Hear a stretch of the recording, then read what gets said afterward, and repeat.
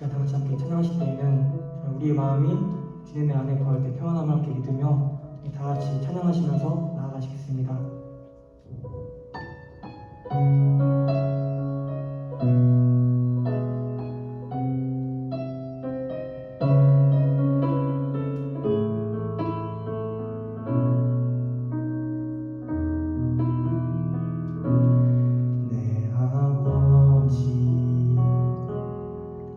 품 안에서 내 영혼은 안전합니다. 주 손길로 내 삶을 나누시니 그 평강이 나를 덮습니다. 내 아버지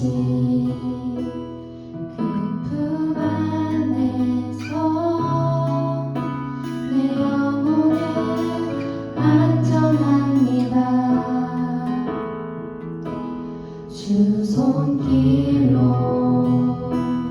내 삶을 안으시니 그 평강이 나를 덮습니다. 나 비록 넘어지며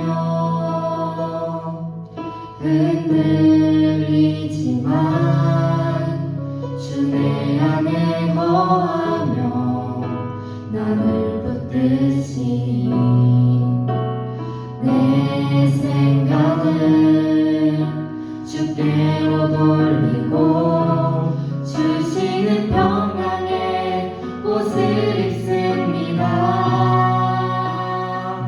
주 약속 안에서 내 영혼 평안해 내 뜻보다 크신 주님의 계획 나 신뢰해 두려움 다 내려놓고 주님만 의지해 주 안에서 내 영혼 안전합니다.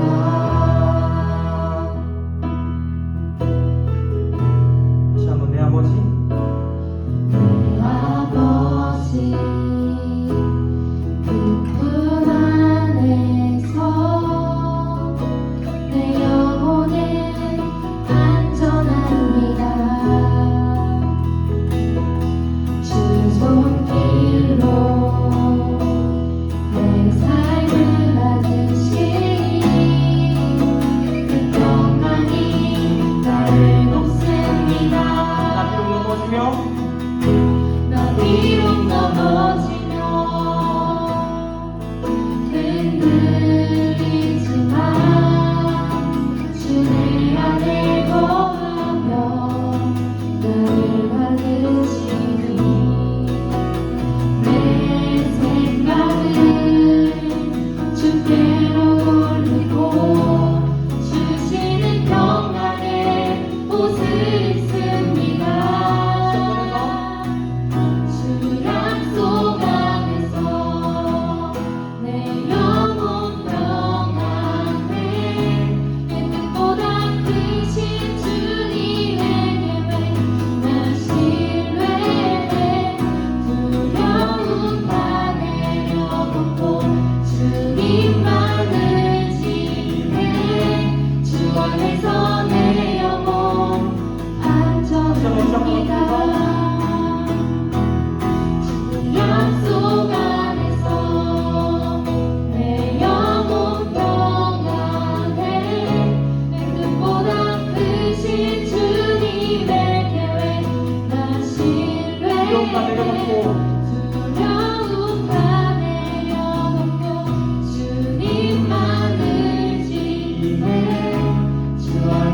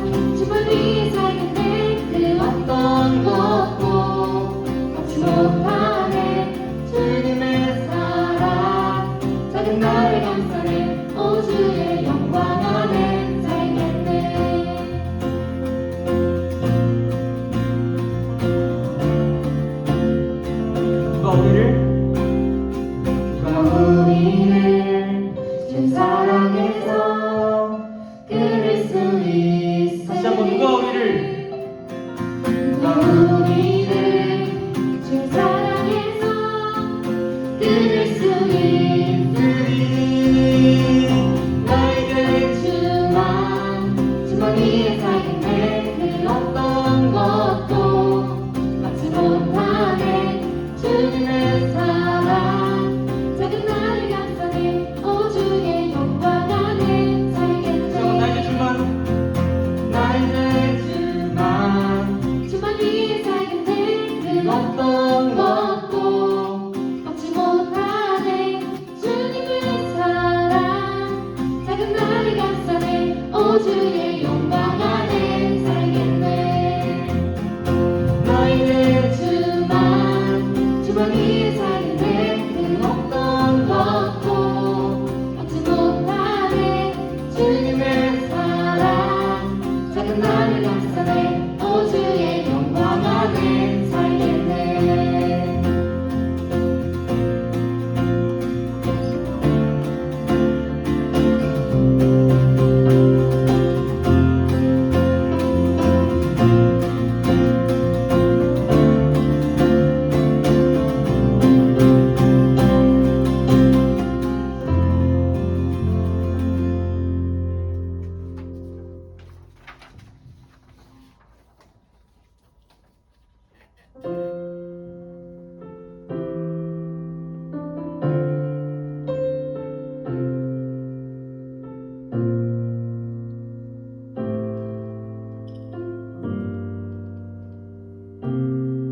당신은 시간을 들고 이 땅 가운데 오셨네. 우리 없는 하늘 원치 않아 우리 삶에 오셨네. 자신의 편안 버리고 우리에게 평안 주셨네. 가장 낮은 자의 모습으로 우리 삶에 오셨네.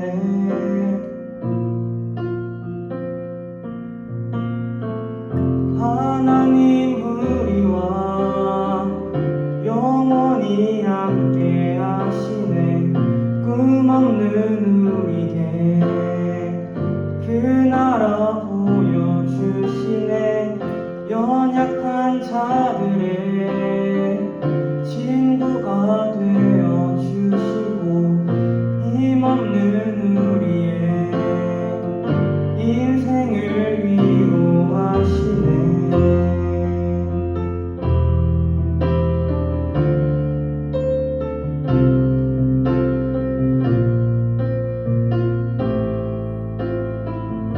고백합시다. 당신은 시간을 들고 땅 가운데 오셨네. 우리 없는 하늘 원치 않아 우리 삶을 오셨네. 자신의 평안 버리고 우리의 평안 주셨네. 가장 낮은 자의 모습으로 우리 삶에 오셨네.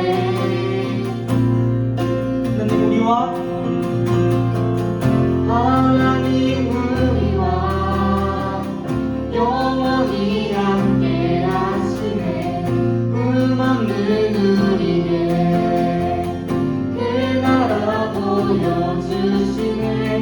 연약한 자들의 친구가 되어주시고 힘없는 우리의 인생을 위로하시네.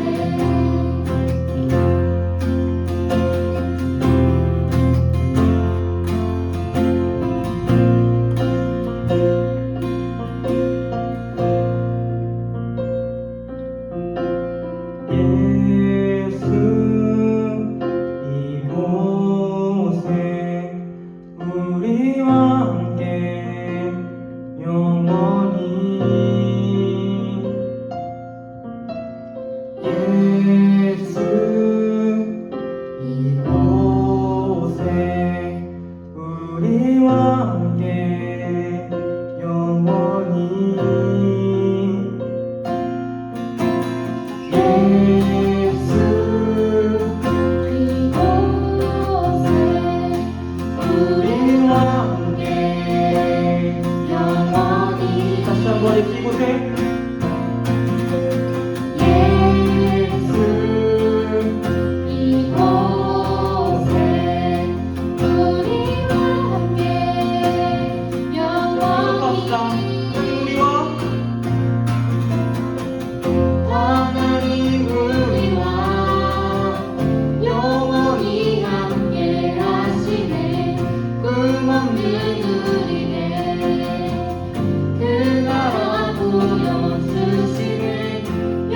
연약한 자들의 친구가 되어 주시고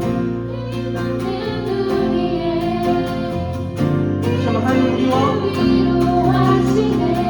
하나님 우리와 영원히 함께하시네. 끝없는 은혜 그 나라 보여주시네. 연약한 자들의 친구가 되어주시고 힘없는 우리의 인생을 위로하시네.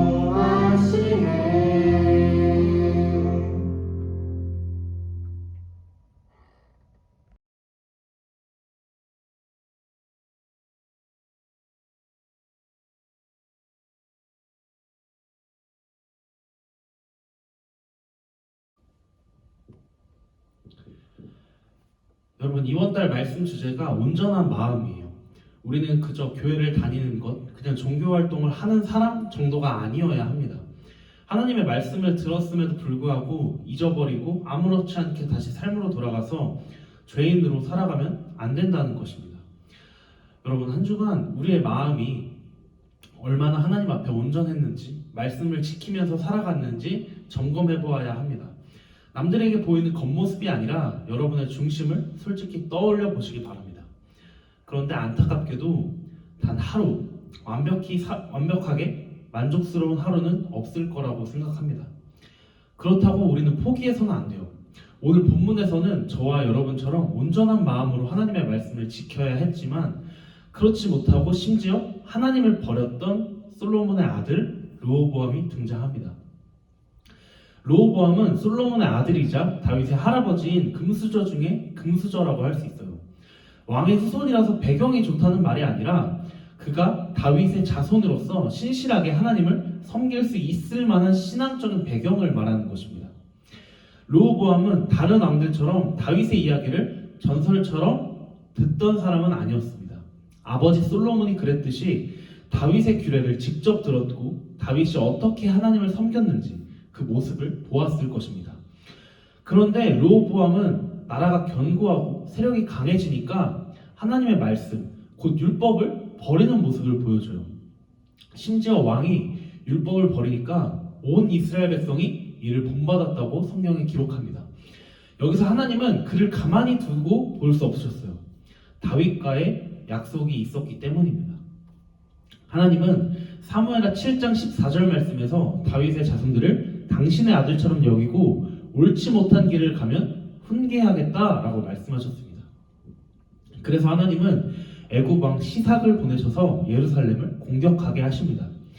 이스라엘 왕들에게 이스라엘 백성들을 다시는 애굽 땅으로 돌아가지 못하게 하라라고 명령하셨던 하나님이신데 르호보암과 그 백성들이 말씀을 버리자 애굽을 통해서 심판하셨던 것입니다. 헤아릴 수 없이 많은 적들에게 이스라엘은 속수무책으로 당할 수밖에 없었어요. 얼마나 맹렬하게 공격을 당했는지 유다의 견고한 성읍들조차 무너졌다고 기록합니다. 다윗과 솔로몬 때에 그렇게 강했던 나라가 르호보암 때에도 여전히 견고하고 세력이 강했다고 평가받았음에도 이렇게 쉽게 무너질 수 있었던 이유가 무엇일까요? 이스라엘의 강함은 왕이나 그 백성들에게서 난 것이 아니라 하나님이 함께 하셔서 가능했음을 보여주었기 때문입니다. 다윗 때부터 이어진 이 강성한 모습의 이스라엘이 순식간에 무너지고 맙니다. 바로 하나님이 이스라엘을 그 손에서 놓으셨기 때문입니다.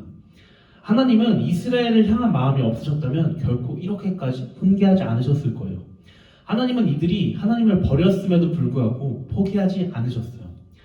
너희가 나를 버렸으므로 나도 너희를 버려 시삭의 손에 넘겨놓으라 라고 말씀하셨지만 결코 하나님은 이스라엘 백성들을 버리신 것이 아닙니다. 버리셨다면 말씀조차 주지 않으셨을 거예요. 무관심하셨을 것입니다. 그런데 이때 르호보암과 백성들은 어떻게 반응합니까? 백성들이 이 말을 듣고 체념하거나 포기했다면 그저 하나님을 원망했다면 아무런 회복도 일어나지 않았겠지만 이렇게 고백합니다. 스스로 겸비하여 여호와는 의로우시다 라고 고백을 해요. 겸비했다는 것은 겸손에다가 낮을 비자를 써서 더 낮춘 표현입니다. 자신의 무능력함을 인정하고 하나님을 버려 범죄했음을 인정한 것입니다.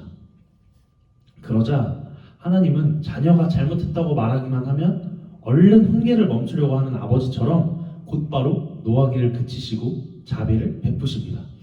르호보암과 이스라엘의 겸비함을 보시고 그 백성들을 가까스로 구원하기로 작정하셨어요. 완전히 멸하지는 않으시고 조금은 남겨둔 은혜와 자비를 베풀어 주시는 것입니다. 앞서 말했던 것처럼 르호보암은 이미 많은 것들, 특히 신앙의 유산을 그의 조상들로부터 받았습니다. 누구나 부러워할 만한 신앙의 금수저였습니다. 분명 자신이 올바른 신앙을 가지고 있었다면 나라가 아주 강하다고 해서 교만해지거나 하나님을 버리지는 않았을 것입니다. 특히 그의 할아버지 다윗의 길을 따라 여호와 하나님만을 섬기고 의지했을 것입니다. 그러나 르호보암은 그런 모습이 아니었어요. 하나님의 은혜로 지금까지 온 것이 아니라 모든 것이 다 나의 힘이라고 생각하는 르호보암의 모습이 있었던 것입니다. 르호보암의 모습처럼 이런 모습이 우리에게도 있습니다. 수도 없이 마음속에서 두 마음이 갈등을 합니다. 하나님을 의지하고 감사하려는 겸손한 마음과 모든 것이 나의 능력이라며 착각하는 교만한 마음이 충돌합니다. 우리는 하나님 앞에서 겸손해야만 합니다. 르호보암의 교만한 모습을 닮아가서는 안 됩니다. 그런데 오늘 본문에서 가장 중요한 포인트는 이렇게 살지 말라는 것도 있지만 우리는 연약하고 부족한 사람들이기에 그렇게 살 수 있지만 그렇게 실수했더라도 하나님께 겸손히 다시 회개하며 돌아가야 한다는 것입니다. 여러분, 르호보암처럼 하나님이 훈계하시면 즉각 깨닫고 겸손하여 회개해야겠다는 마음가짐을 가지시길 바랍니다. 거룩하신 하나님이 보실 때 하나님과 같이 선하며 의로운 사람은 단 한 명도 없습니다. 여러분, 변함없이 죄를 짓고 또 하나님을 버리는 우리들의 모습이 또 삶 속에 드러나겠지만 실망하지 말고 염치 없지만 하나님께 용서를 구하고 하나님께로 더욱더 나아가야만 합니다.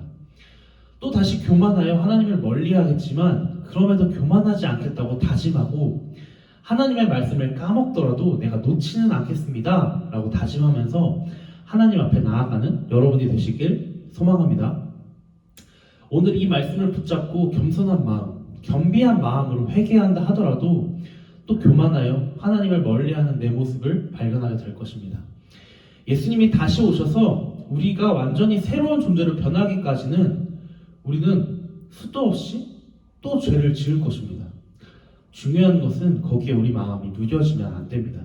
어쩔 수 없다고 생각하며 죄를 지으면서 죄에 대해서 마음이 무뎌져서 죄에 대한 두려움이 사라진다거나 아무리 노력해도 죄를 지을 수밖에 없으니 결국 하나님의 말씀을 하나님께로 나아가는 것을 절대로 포기해서는 안 됩니다.